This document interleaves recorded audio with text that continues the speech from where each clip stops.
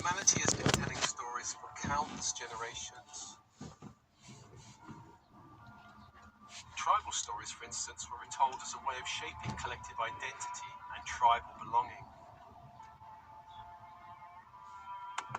Humans in our modern world do not normally sit around campfires telling tribal stories of belongings and meaning. Most stories that men and women live by could be called ego stories or coping stories, and these stories are certainly not magical. They tend to be fearful and anxiety-driven stories. They speak about what we can expect or not expect in our day, how much love, abundance, joy, or lack of it we can expect, how much conflict, stress, and unhappiness there is in our lives. Men and women are always making up stories all the time. The more a story is repeated and emotionally reinforced, the more a person will be convinced of the truth and solidity of that story. Nowadays, in our modern world, we're bombarded with different kinds of stories. Stories are presented through a range of different mediums and channels. There are so many platforms and channels these days where we can find news stories. We are now able to see and listen to cultural stories from around the world by simply having a good internet connection. This, of course, gives the impression there's a great sense of freedom in the Western world when it comes to knowing what's really going on around us. However, since fact-checking and censorship are now becoming an increasing feature of Western news platforms and outlets, how broad and true are the news stories we are receiving?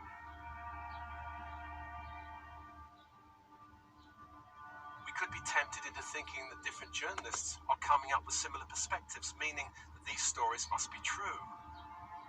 Heaven forbid they're just reading a script handed down to them by some higher power or authority seeking to control all the important narratives being put out into the public domain.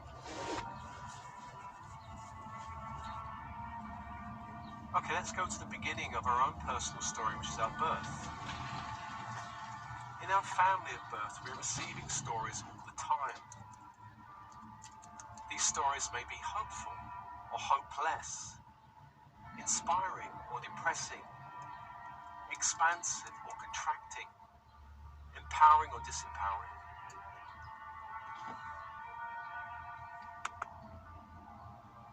Family stories do not begin with our parents, they're much older. We can inherit ancestral stories that contain the summation of experiences and wisdom handed down by those who went before us. The challenge of these stories is they do not often help us navigate our modern world. Perhaps we have an old family or ancestral story that more or less says stay safe, avoid taking too much risk, avoid having perhaps even too much wealth, because wealth may be dangerous since others may seek to cheat us or steal from us. Ancestral stories may contain elements of heartbreak, betrayal, sudden reversals of fortune, and so on. The dominant unresolved patterns within these stories are the ones that tend to be passed down through the generations for some form of healing and resolution.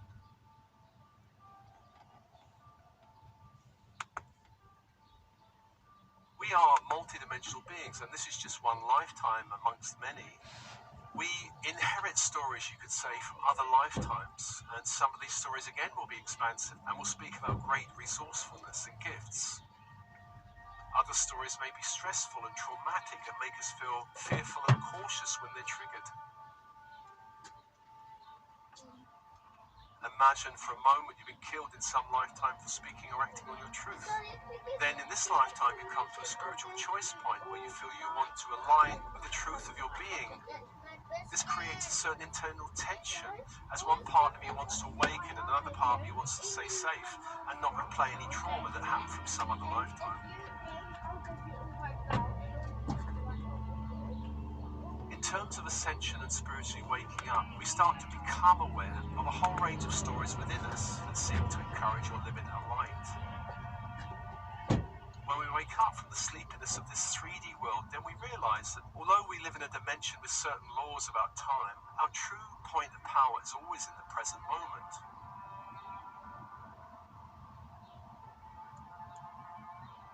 we call the past is just a bunch of energies we call memories, which are held in the physical body and the energy field.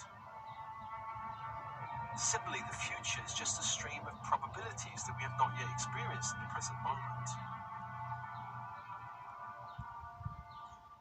Our relationship with the past and with the future can be renegotiated from the present moment.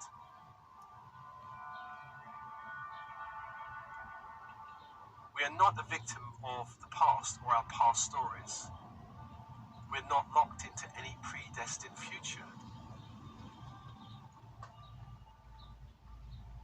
In each and every moment, we create our reality.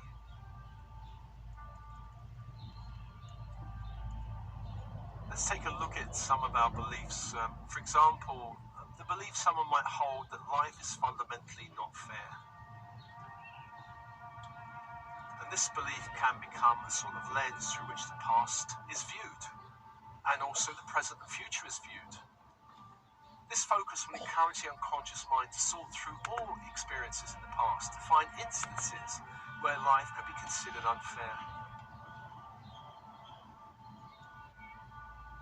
There may be memories that could be framed this way, even though through the eyes of another that does not hold this belief, a very different version of events will be presented. Such a strongly held belief in the unfairness of life will place a lens over everything in everyday life. Perhaps the person will read articles in the newspaper that reinforce this belief. Any strongly held belief will encourage the unconscious mind to either ignore any evidence that runs counter to the belief, or encourage the unconscious mind to reframe the evidence so that it fits with the current narrative.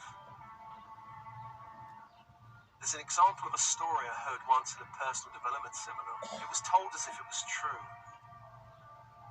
And this story was about a psychiatrist who had a patient that firmly believed he was a zombie. In the story, at a certain point, the psychiatrist asked the patient if zombies bleed. I think he was getting quite frustrated at this point. And the patient replied, "Of course not, they're the living dead." The psychiatrist took a needle and pricked the finger of the patient. The patient's finger formed a droplet of blood. The patient looked at the finger and after a period exclaimed, "I was wrong. Zombies do bleed." Now, whether that's true or not, that story, it highlights the fact that where there's a strongly held belief that any new data that goes against the truth of the existing story, that data is altered to fit in the existing story. This happens all the time.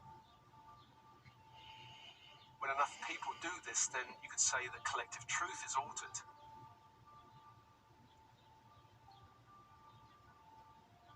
Take the example of 9/11. There was so much data that did not really fit in the existing narrative that was being put out by governments. And, of course, anybody who disagreed with this was called a conspiracy theorist. And this was meant to be a way of discouraging anyone from not buying into the mainstream narrative. And to a large extent, the same thing's happening now in the current global crisis.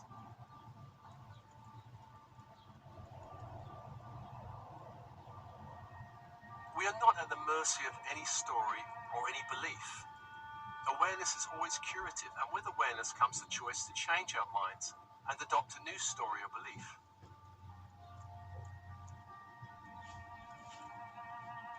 For instance, a person growing up in a family where there was little joy or happiness, the guardians may have focused much of their energy and time on complaining and blaming, and the person may have grown up with the belief that life is fundamentally miserable, maybe even full of suffering.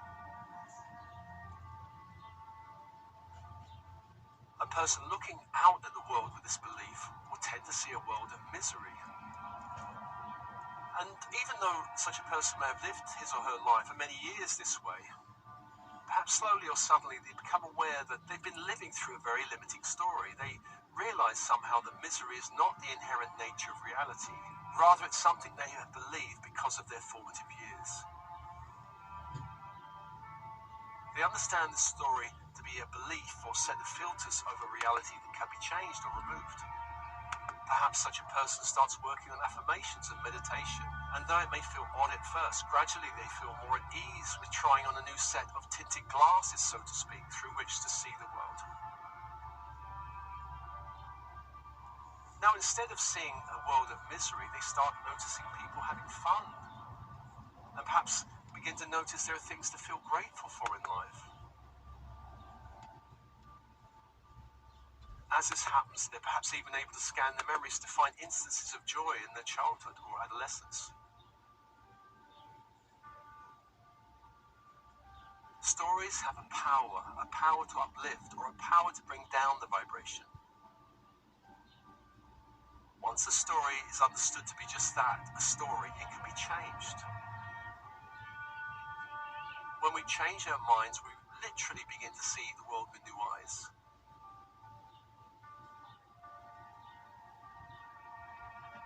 When a limited story is changed, and even difficult past experiences can be seen and evaluated in a fresh light. Happier memories perhaps may come to the surface, ones that could not previously be found because the unconscious mind was not even looking for them.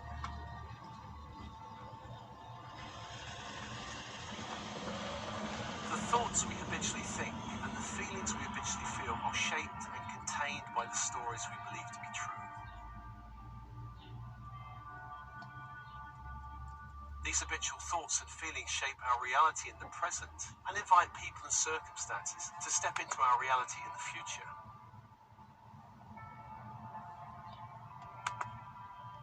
We could say that the thoughts and feelings we dwell on are what determine our experience of life. We could also say the circumstances we find ourselves in are reflections of our most persistent thoughts, feelings, and stories.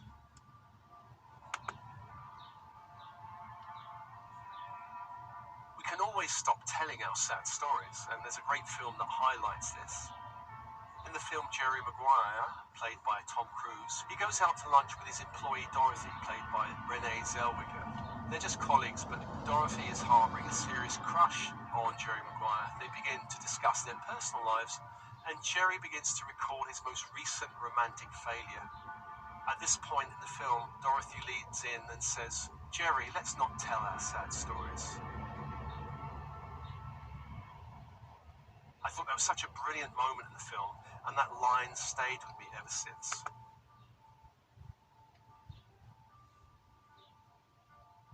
Stories and beliefs can influence and even cause physical discomfort and illness. For example, a person may have a strongly held belief and story about the virtues of working hard. This impulse may have resulted through demanding parents that impressed upon the child such a drive.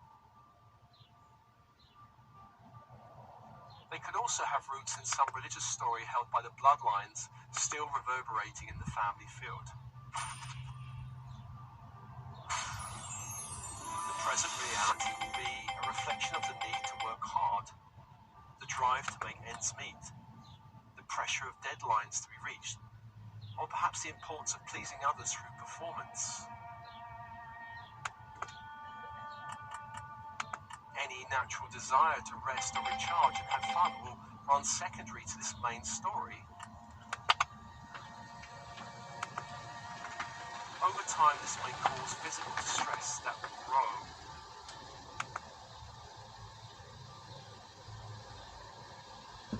Let's perhaps add another element to this example. Imagine a person who believes in hard work had a difficult relationship with one or both parents. Imagine this was so difficult that at times they felt anger and hate towards one or both parents. But they also grew up with the message it was wrong to feel that way. So on the one hand, there were strongly held feelings that were repressed because of the idea it was wrong to express those feelings. Though hidden, these feelings may not have found resolution. They're still there and may surface in other ways that do not seem linked to the original cause. These feelings remain in the body, creating a certain dynamic tension that again manifests as some other physical discomfort or disease. And this continues until the original cause is uncovered and dealt with.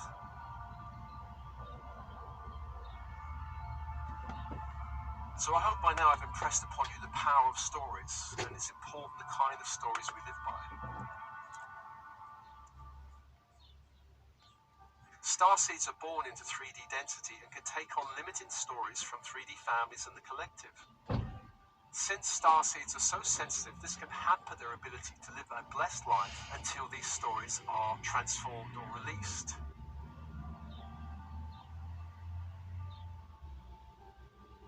I want to emphasize everything can be transformed, healed, and cleared in the present moment.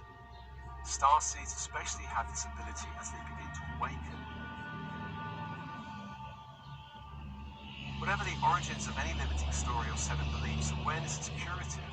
And just becoming aware of the true origins is the first step in allowing greater freedom in the present moment. We're all storytellers. It's important to become aware of the stories we're living within.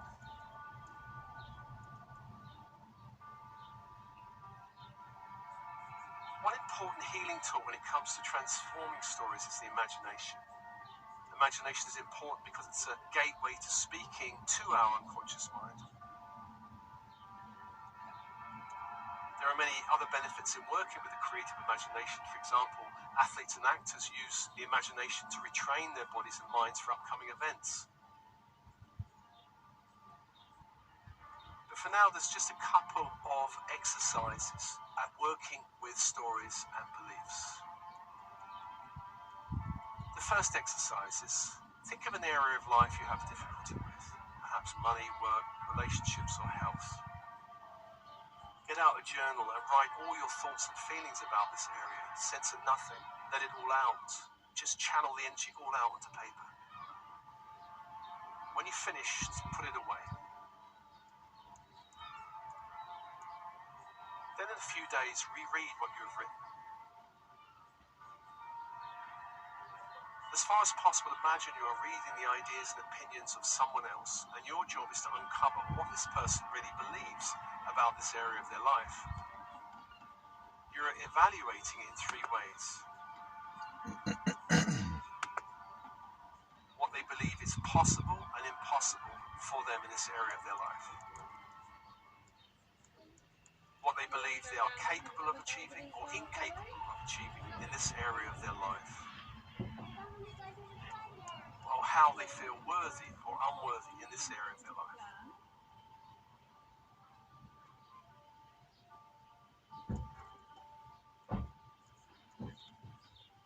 Exercise 2 is think of a play or book or film you have been drawn to over and over again in your life.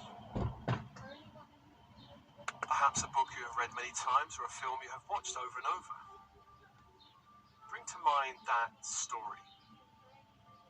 What is the story? And what is the main theme of this story? Perhaps heartbreak, betrayal, redemption through struggle. Perhaps that of light versus dark.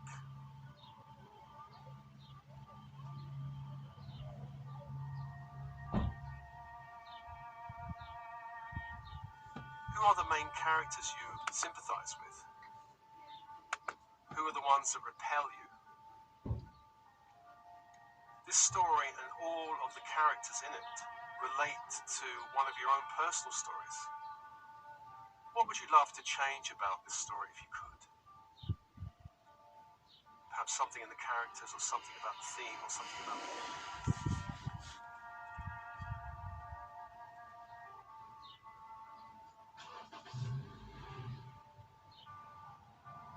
Exercise 3. Imagine an area of your life that you have a challenge in could be represented by a landscape. This landscape could be anything from a meadow, a forest, a jungle, a mountainous region, perhaps an area near the sea, or perhaps a desert. Close your eyes and ask your unconscious mind, your creative imagination, to present you with a landscape.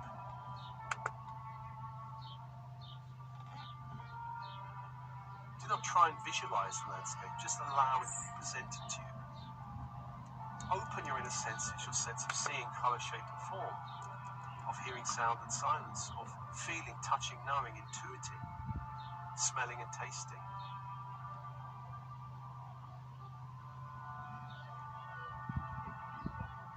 Allow the landscape to rise up around you. How does this landscape look or feel? Standing in this landscape, how happy or peaceful do you feel here? Imagine you could explore this this landscape. Perhaps there are areas of this landscape that need cleaning up or transforming in some way. Imagine you could transform any part of this landscape into something more expansive, elegant, freeing, abundant, or loving. Whatever qualities are important to you in this area of your life.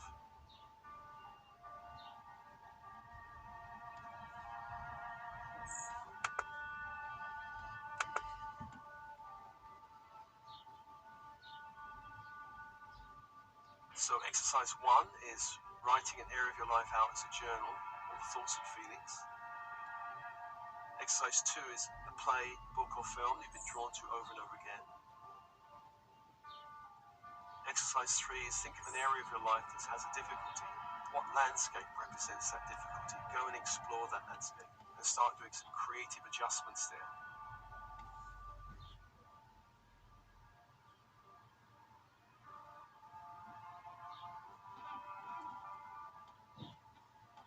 Finally, I just want to say there are a number of meditation tracks and various tracks on my channel designed to help neutralize, clear, and reverse limiting stories. For example, I've got a number of affirmation tracks which are very useful.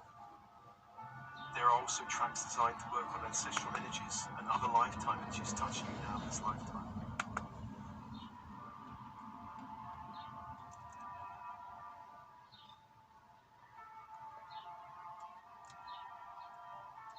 So I do hope this little piece has been useful for you, or some parts of it have been useful for you, or given you food for thought.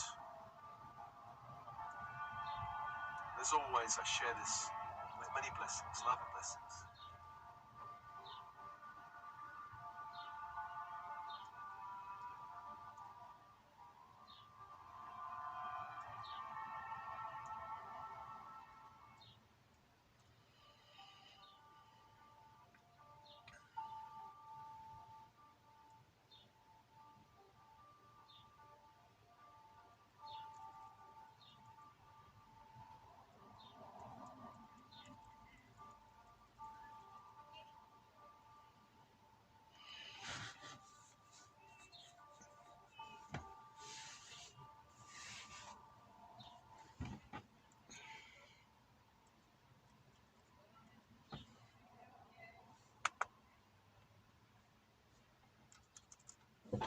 This creates a certain internal tension as one part of you wants to awaken and another part of you wants to stay safe.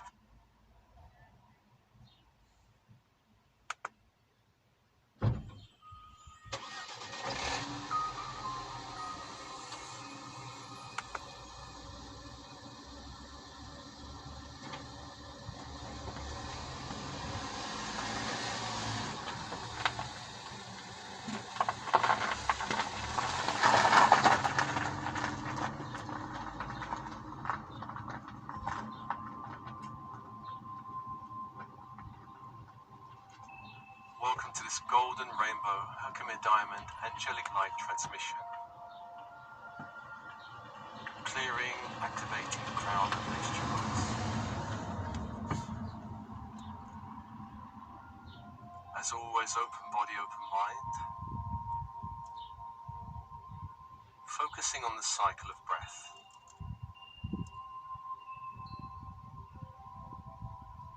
On the in-breath is the invitation of light from the universe around you 360 degrees into every cell of your body. Light.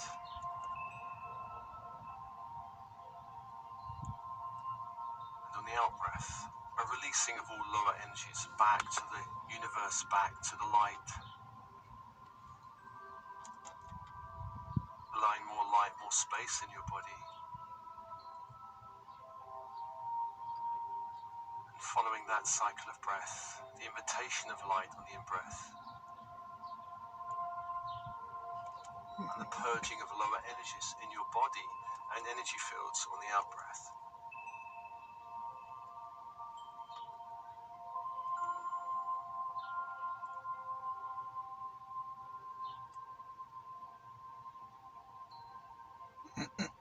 Let's call your team in spirit of the highest light and resonance, your higher self, the monadic self, the oversoul, all angels and archangels working with you, or specialist teams in spirit working with you, or guides, helpers, star beings, star races, working with you. Come be with you now. Come be with you now.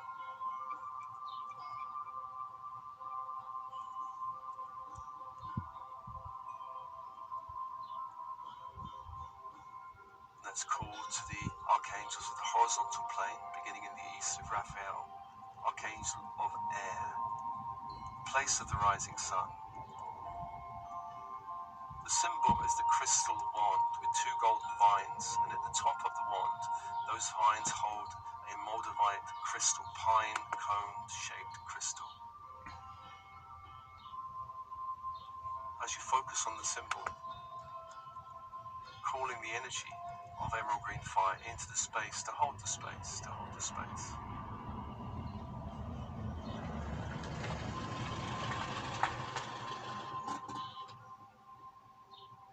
To the south is Michael, archangel of the element of fire, warrior protector angel.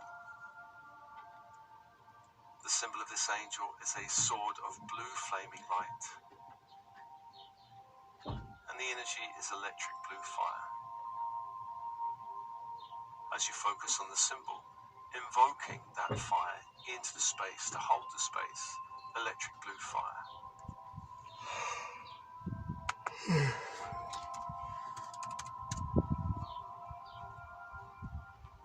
To the west is Gabriel, archangel of water, of the emotions of the dream time. The symbol is a silver chalice, and the energy diamond white fire. As you focus on this symbol, invoking that fire into the space to hold the space, to hold the space.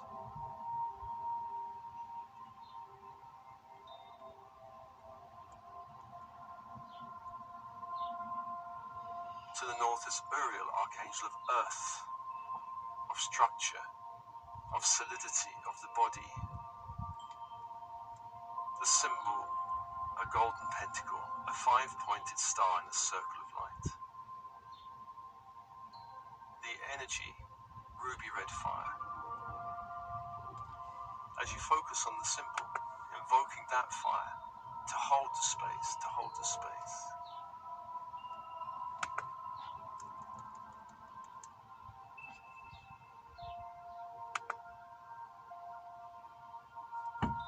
Four angels, four energies, and open.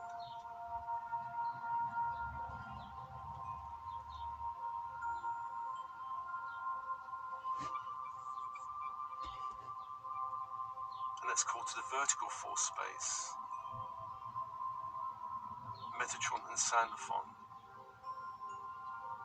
Beginning with Sandalphon from the crystalline grid of the earth, to bring that light up to the feet, grounding your body, grounding your body.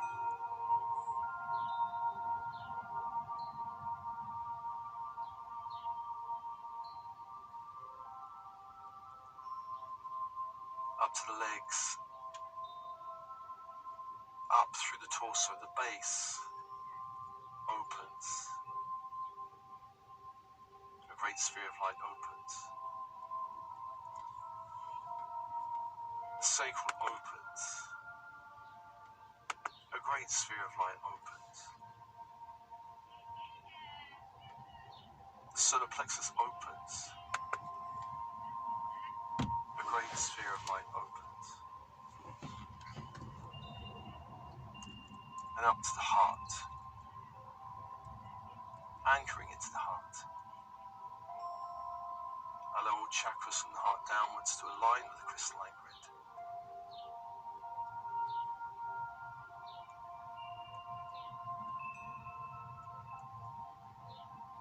And let's call to Metatron from the great central sun to bring that light down through the stargate of the sun, down into the room, the space you're in.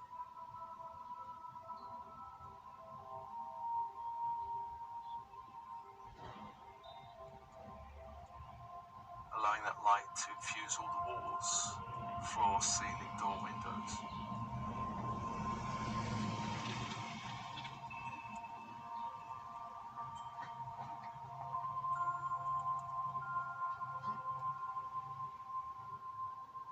And bring that light down through the head. Crown chakra opens. A great sphere of light opens. The third eye opens. A great sphere of light opens. The throat opens. A great sphere of light opens. And down to the heart that opens, anchoring into the heart. Allow chakras from the heart upwards to align with the great central sun. And breathe.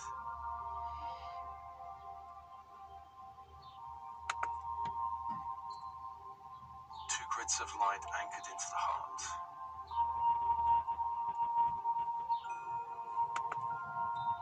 Opening the inner channel. Opening the inner channel.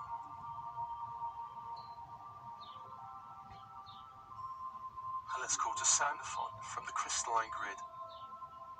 And Herkimer diamond angels from the grid of light of the earth. To hold the space.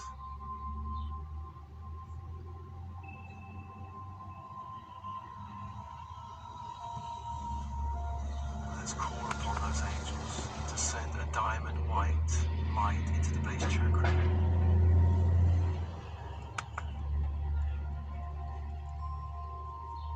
Herkimer diamond white light into the base. Beginning to clear all layers, levels and dimensions of the base.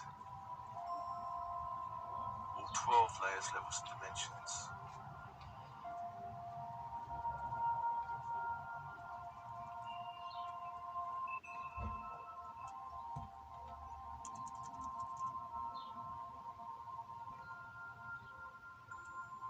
Allowing the base to expand into a great sphere of light.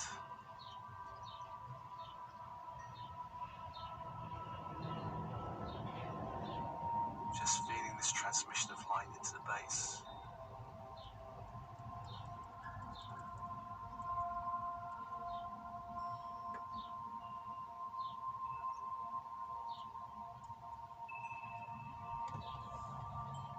Releasing what needs to be released.